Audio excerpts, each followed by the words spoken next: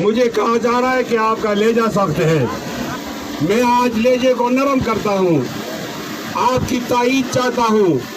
حضرت مولانا حاجی Asim Saleem Bajwa retire general کا ہاتھ کاٹ دیجئے۔ اب نرمی سے کہہ دیا نا، کتنی نرمی سے کہہ دیا۔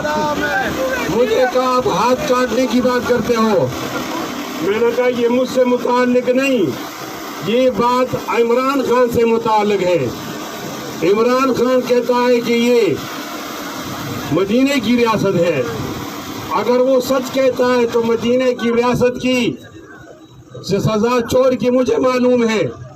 السارق والسارقہ فاقطعوا ایدیہما جزاء بما کسبا نکالا من اللہ۔ چور مرد اور چور عورت کا دائیں ہاتھ کاٹ دو، بایاں نہیں، اس لیے کہ بایاں معلوم ہوگا کہ ایکسیڈنٹ ہوا ہے، دائیں سے معلوم ہوگا کہ پورا ٹبر چور ہے، چور کا پتر ہے۔